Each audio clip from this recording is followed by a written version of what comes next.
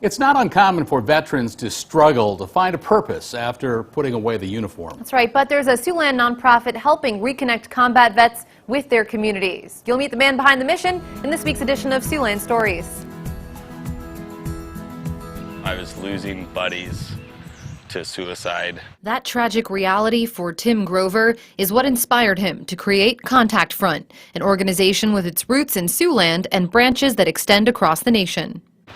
Overseas or anywhere really, I mean, you rely on your team, and then these guys get back to the States and they either don't have a team that they feel like they can rely on. One of those men, a mutual friend on social media with Tim. On Instagram, I saw that he had written, "This is the last page of my book, and I'm sorry I couldn't do better, Dad," or something like that. And I was like, well, that's a cry for help. And so I messaged him and just said, "Hey, dude, it looks like you're on the struggle bus. You know, will you give me a call?" And he called me probably 3 minutes later, and we talked for a few hours that night and made a plan for him to fly out here, and bought him a plane ticket. And then he ended up not. He never got on his flight, and he did that probably 2 more times. He's like, "Man, I just can't leave," and then he ended up taking his own life. So.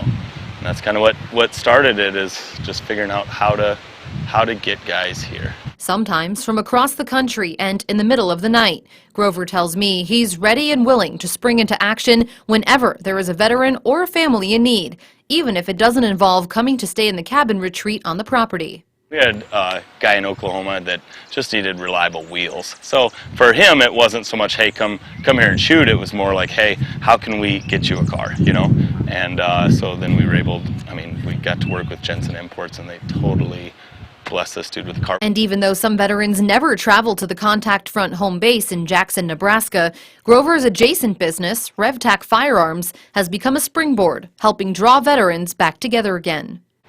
I think everything happens for a reason, and so I think the range really lends itself to a comfortable place for a lot of the guys that we help, but it doesn't necessarily mean that you're going to go to the range. In fact, some veterans who come to reset and stay at the newly built cabin never shoot a single round, although for some who've served, that is part of the healing process.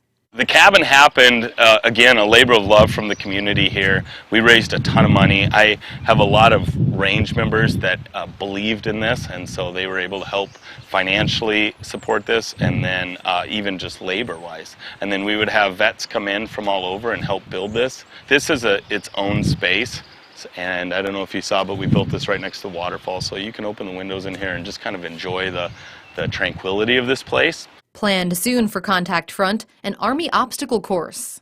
So fitness is a real part of the healing process. We always say that it's mental, it's spiritual, and it's physical, you know? And so those 3 things kind of give guys the holistic approach to healing and not just coping. And sometimes building or working on the property is part of the healing process, giving veterans shared experiences with someone new. Let's be honest. What happens is that you get back and you say, "Hey, nobody knows what I've experienced. Nobody can understand what I've experienced." And so you start to isolate yourself. And one thing that's been really great for my guys is to be able to just work with other people in the community. We'll probably build it with somebody who understands how to do this stuff, right? And so they get to work right next to somebody who may just be awesome, and they say, "Wow, I have more in common with Joe, the construction worker, than I thought." And you don't have to be a veteran to be part of the mission. You can always come do projects with us. You can always support us financially. You know, these projects kind of seem weird. Sometimes people will be like, "Well, you put a dock in the world's tiniest pond." Yeah, me and a guy built that in a day. We'd never built the dock before, but we went and bought this stuff, and that was our way of kind of talking about you know, our experiences while we pound nails. My message is that this life is awesome, especially if you'll just look for that purpose. And Grover, a combat veteran himself, hopes to give his brothers and sisters in arms a place to find their purpose for many years to come. I've been blessed. Better than I deserve, and I think really what it comes down to is this is kind of my healing as well as being able to help other guys, you know, and so that keeps me grounded, and what we found is it keeps other guys grounded. The more we can just kind of keep the ball rolling, paying it forward.